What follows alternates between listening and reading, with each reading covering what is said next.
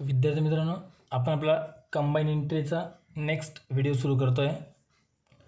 बघा, आपण मागच्या व्हिडिओपर्यंत 7 ट्रान्झॅक्शन कंबाईन एंट्रीचे बघितले होते. आता आपण 8 नंबरचं ट्रान्झॅक्शन बघू. ट्रान्झॅक्शन अगोदर मी इथं लिहितो.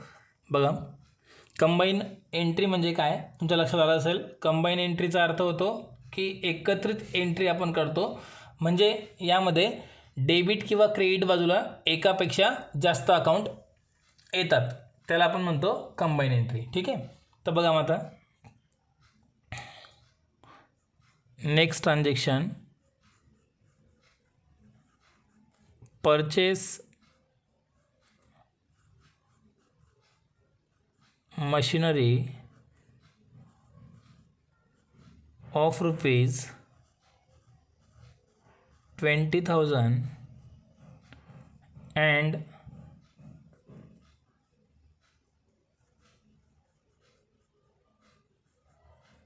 Furniture rupees 15,000.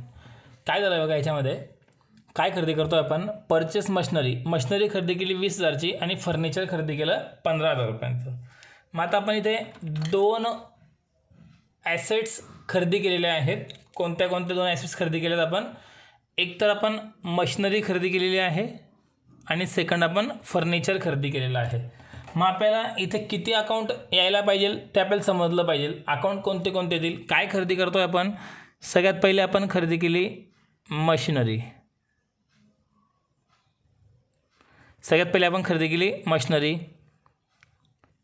आणि त्याच वेळेला त्याच ट्रान्झॅक्शनमध्ये आपण खरेदी केलेलं आहे फर्निचर. ठीक आहे, फर्निचर खरेदी केलं. मग आता कोणते अकाउंट याच्यामध्ये आले पाहिजे हे आपल्याला अगोदर समजलं पाहिजे. अकाउंट कोणते येत आहेत. एक मशिनरी आणि फर्निचर तर येईलच, पण लक्षात घ्या, मशिनरी आणि फर्निचर आपण खरेदी केलेली आहे, तर रोख खरेदी केली की उधार खरेदी केली हे पण तुम्हाला समजलं पाहिजे. ठीक आहे. मग आपण या ट्रान्झॅक्शनला बघा, इथे तुम्हाला कुठेच कॅश शब्द दिलेला नाही आहे, चेक दिलेलं नाही आहे, व्यक्तींचे नावं पण आलेले नाही, संस्थेचे नावं पण आलेले नाही आहेत. याचा अर्थ काय आहे, आपण हे कसं खरेदी केलं आहे, रोख खरेदी केलेलं आहे. म्हणून तिसरं अकाउंट कोणतं सापडेल, कॅश अकाउंट. 3 अकाउंट सापडले. आता याला आपण रूल्स लावू. मशिनरी अकाउंटला कोणता नियम लागतो, रिअलचा. फर्निचरला सुद्धा रिअलचा.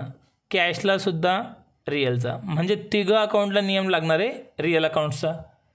आता तिघं अकाउंटला रिअलचा नियम लागल्यानंतर रिअल अकाउंट्सचा रूल्स काय म्हणतो, debit what comes in, credit what goes out. जे आलं असेल त्याला डेबिट कर, गेलं असेल त्याला क्रेडिट कर. बघा आपला हा पेज. जे आलं असेल त्याला डेबिट कर, गेलं असेल तर क्रेडिट कर. मला सांगा, या ट्रान्झॅक्शनमध्ये मशिनरी कम्स इन आहे की गोज आउट आहे. परचेस करतोय म्हणजे काय आहे, कम्स इन आहे. फर्निचरसुद्धा कम्स इन आहे. पण कॅश काय होऊन जाते, कॅश गोज आउट आहे. कॅश आपल्याकडनं जाते. ठीक आहे. आता आपण इथे त्याला डेबिट होईल की क्रेडिट होईल बघू आपण. कम्स इन म्हणजे आपण त्याला काय करणार, डेबिट. फर्निचर पण comes in debit. Cash goes out आहे, कॅशला करतोय आपण क्रेडिट. क्लिअर आहे. आता संपलं. एंट्री करा. आता याची कंबाईन एंट्री आपल्याला करायची आहे. कंबाईन एंट्री करून टाकू.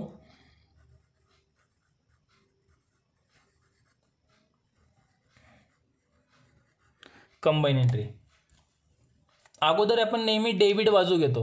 डेबिट कोणाकोणाला होणार आहे, मशिनरी आणि फर्निचर. मग सिंपल आहे. आता करून टाका entry.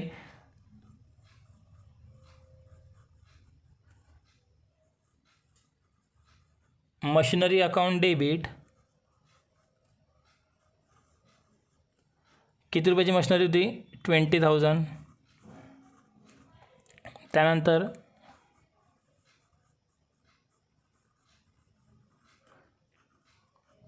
Furniture account debit 15,000 to cash account. आता कॅश एकूण जाईल किती, तर मशिनरीचे 20 आणि फर्निचरचे 15, एकूण 35,000 रुपये कॅश आपल्याकडनं गेली. दोघांचे पैसे एक सोबत गेले, यालाच कंबाईन एंट्री म्हणतात.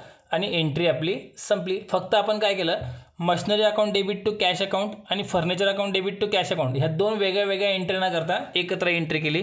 नॅरेशनसुद्धा लिहायचं आहे. Being machinery and furniture purchase, machinery and furniture purchase. जास्त नॅरेशन मी लिहित नाही आहे. नेक्स्ट ट्रान्झॅक्शन आपण बघू. Example number 9. तर नेक्स्ट ट्रान्झॅक्शनमध्ये आपण काय करू, इथे मशिनरी आणि फर्निचर आपण खरेदी केलं होतं. आता सेम आपण विकण्याचं ट्रान्झॅक्शन बघू. हे आपण विकलं आहे. आता बघा कसं होईल ट्रान्झॅक्शन. बघा मी इथे लिहितो अगोदर, सोल्ड मशिनरी ₹50,000 अँड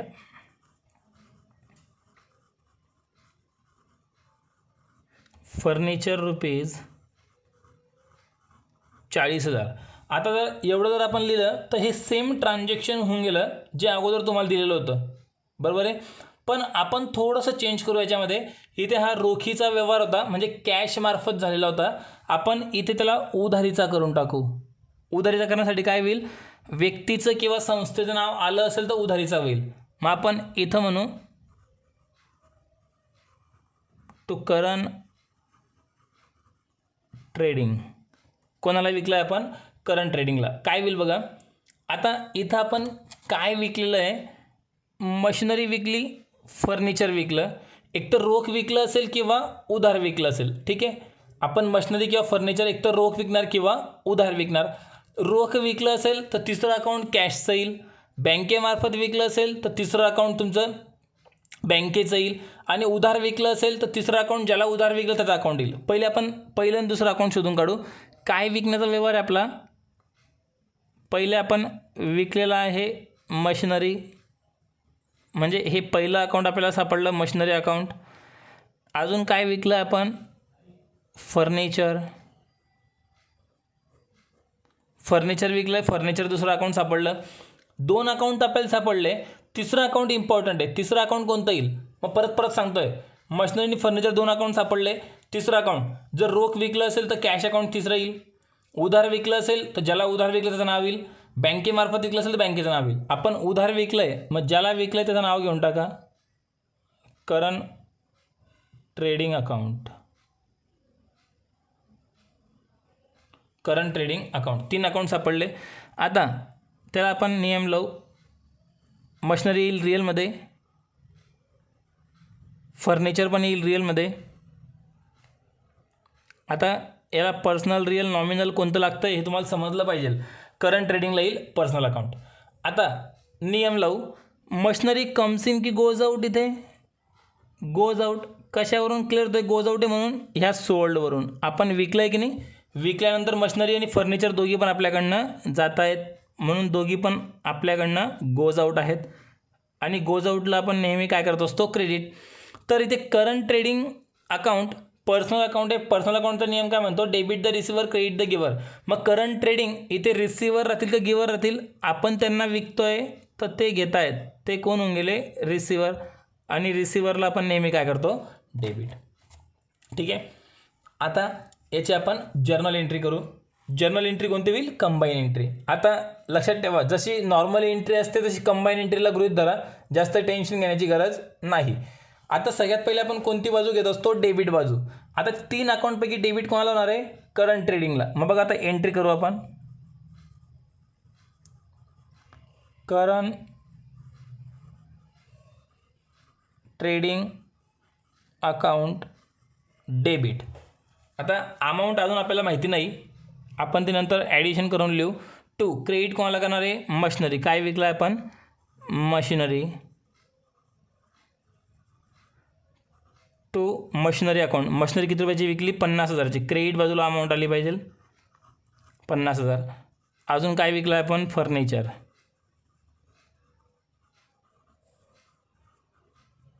फर्निचर किती रुपयाचं विकलं, 40,000 रुपयांचं. 50 आणि 40 90,000. 90,000 लिहून टाकले आपण डेबिट साईडला. म्हणजे करंट ट्रेडिंगवाल्याकडे आपले किती पैसे बाकी राहिले, 90,000. आणि ही झाली जर्नल एंट्री, कंबाईन एंट्री. मग नॅरेशनमध्ये being sold machinery and furniture on credit. Entry संपली. एकदम सिंपल एंट्रीज आहेत. काही डाऊट असेल तर ग्रुपवर विचारा. 8 नंबर आणि 9 नंबर ट्रान्झॅक्शन आपण बघितलं. आता आपण बघणार आहोत 10 नंबर. 10 number transaction. तर 10 नंबरमध्ये आपण बघणार आहोत. बघा इथे आपल्याला कंबाईन एंट्री शिकायची आहे. तर आता हे मागचे जे आपण 2 ट्रान्झॅक्शन घेतले, डेबिटला 2 अकाउंट आले आणि क्रेडिटला एकच अकाउंट आलं होतं.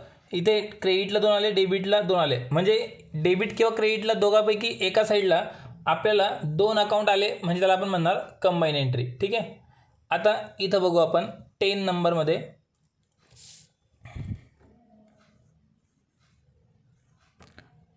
Paid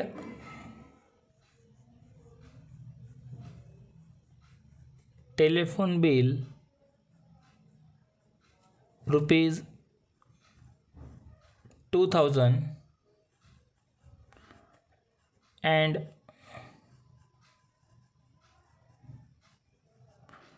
electricity bill rupees 3000 by bank. Bye bank, बँकेमार्फत आपण पेड केलेलं आहे. आता बघा इथं बँक म्हटलेलं असू द्या किंवा इथे आपण बाय चेक म्हटलेलं असू द्या किंवा NEFT म्हणू द्या किंवा अजून कोणते ऑप्शन असतील. बँकेमार्फत पेड केलेलं आहे. डेबिट कार्ड असू द्या,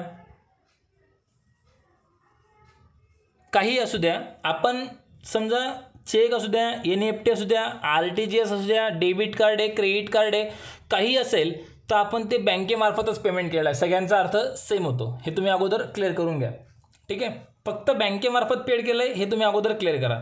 मग आता आपल्याला अकाउंट शोधायचे आहेत. ह्या ट्रान्झॅक्शनमधून आपल्याला किती अकाउंट निघतात बघू आपण. टेलिफोन बिल हे एक अकाउंट सापडलं, इलेक्ट्रिसिटी बिल दुसरं अकाउंट सापडलं आणि बँकेमार्फत पेड केलं म्हणून बँक हे तिसरं अकाउंट सापडलं. मग तिघं अकाउंट आपण इथे लिहू अगोदर. टेलिफोन बिल अकाउंट, त्यानंतर इलेक्ट्रिसिटी बिल अकाउंट आणि थर्ड बँक अकाउंट. 3 अकाउंट आपण शोधून काढले. आता 3 अकाउंट कोणतं कशामध्ये येतं ते आपल्याला अगोदर कळायला पाहिजे. मग कोणतं अकाउंट कशामध्ये येतं ते आपण चेक करू. कोणतं अकाउंट कशामध्ये येतं आहे तर आपण प्रॅक्टिस तेवढी आपली आहे. टेलिफोन बिल एक्सपेन्सेस असल्यामुळे नॉमिनल अकाउंटमध्ये आपण घेतो.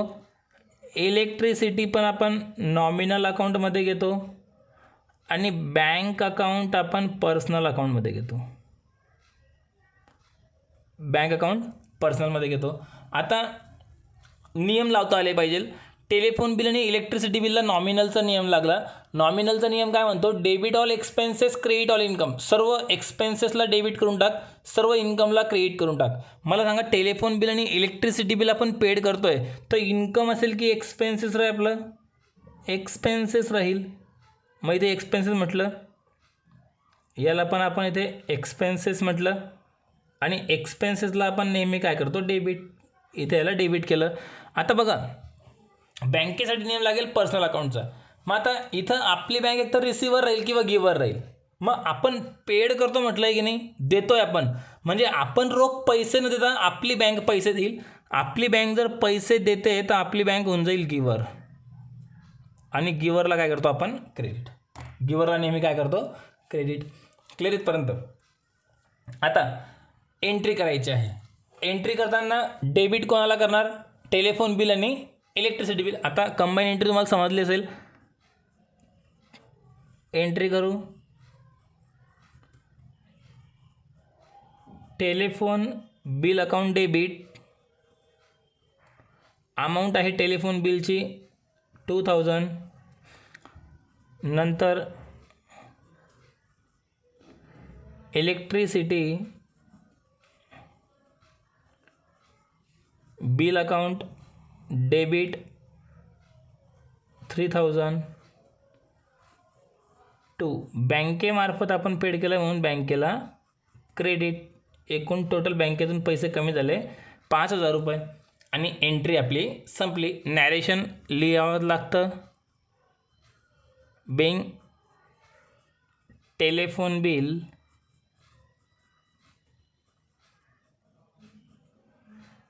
And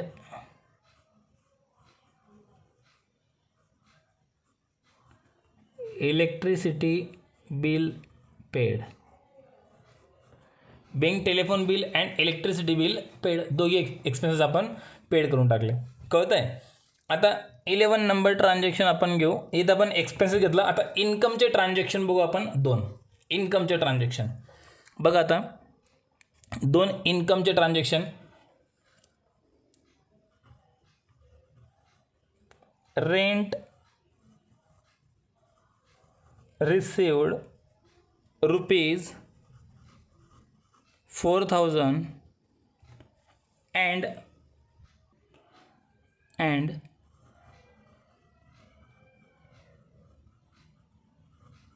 commission received rupees 2000. Rent मिळालं 4000 आणि कमिशन मिळालं 2000. आता याच्यामधून आपल्याला अकाउंट शोधायचे आहेत. आता अकाउंट कोणते कोणते येतील, काय काय मिळतं आपल्याला. एक मिळालं रेंट, नंतर मिळालं कमिशन. रेंट आणि कमिशन मिळालं. 2 अकाउंट आपल्याला सापडले. एक पहिलं सापडलं रेंट अकाउंट, दुसरं सापडलं आपल्याला कमिशन अकाउंट. कमिशनचा अर्थ होतो दलाली. कमिशन म्हणजे काय, दलाली. आणि रेंट आणि कमिशन मिळालं म्हणजे नेमकं काय मिळालं आपल्याला, कॅश. म्हणजे तिसरं अकाउंट कोणतं येईल, कॅश. आता हे रेंट म्हणजे भाडं समजतं आपल्याला, कॅश समजतं. कमिशन थोडं समजून घ्या. कमिशन म्हणजे काय, समजा आपण कोणत्या एखाद्या व्यक्तीचा माल विकून दिला किंवा एखादा प्लॉट विकून दिला, घर विकून दिलं, तर समोरचा व्यक्ती आपल्याला दलाली देतो 5000 10000 2000 1000. तर मग याला म्हणतो आपण कमिशन. ते मिळालं आहे आपल्याला म्हणजे पैसेच मिळालेले आहेत, म्हणजे आपलं ते काय राहील, इन्कम राहील. म्हणजे याला म्हणतात कमिशन, दलाली. अकाउंट कोणतं लागेल, रेंटसाठी अकाउंट लागेल नॉमिनल, कमिशनसाठी पण लागेल नॉमिनल आणि कॅशसाठी तर आपल्याला माहिती आहे रिअल. आता रेंट करता नॉमिनलचा नियम तर लावला, मग एक्सपेन्सेस की इन्कम हे तुम्हाला समजलं पाहिजे. ते कशावरून समजेल, ह्या रिसिव्डवरून. बघा रेंट पण मिळालं आहे, कमिशन पण मिळालं आहे. मिळालं आहे म्हटल्यानंतर ते काय आपलं इन्कम आहे. मग इथं म्हटलं आपण इन्कम, इथं पण म्हटलं आपण इन्कम. इन्कमला नेहमी काय करतो, क्रेडिट. इथे पण क्रेडिट. कॅश कम्स इन की गोज आउट. मिळतं आहे म्हटल्यानंतर कॅश आपल्याकडे आली पाहिजे, कॅश होऊन जाईल कम्स इन. आणि हे पण ट्रान्झॅक्शनचं बेसिक आपण संपवलं. आता जर्नल एंट्री करा. जर्नल एंट्री करताना अगोदर कोणती बाजू घेतो आपण, डेबिट. इथं लिहिताना आपण पहिले 2 क्रेडिटचे अकाउंट घेतले, काही फरक पडत नाही. एंट्री करताना डेबिट बाजू अगोदर आली पाहिजे. एंट्री करताना डेबिट बाजू. डेबिट कोणाला करणार आहे, कॅश अकाउंटला. मग बघा आता एंट्री करू. Cash account debit. आता अमाऊंट अजून फिक्स माहिती नाही आपल्याला, नंतर बघू आपण अमाऊंट. टू क्रेडिट कोणाला करणार आहेत, रेंट अकाउंट. आणि टू कमिशन अकाउंट. आता रेंट अकाउंटची अमाऊंट किती रुपये होती, रेंटची अमाऊंट होती 4000, कमिशनची अमाऊंट होती 2000. 4000 आणि 2000 एकूण मिळाले 6000. डेबिटला आणले आपण 6000. सिंपल एकदम. नॅरेशनमध्ये लिहू, बिंग रेंट अँड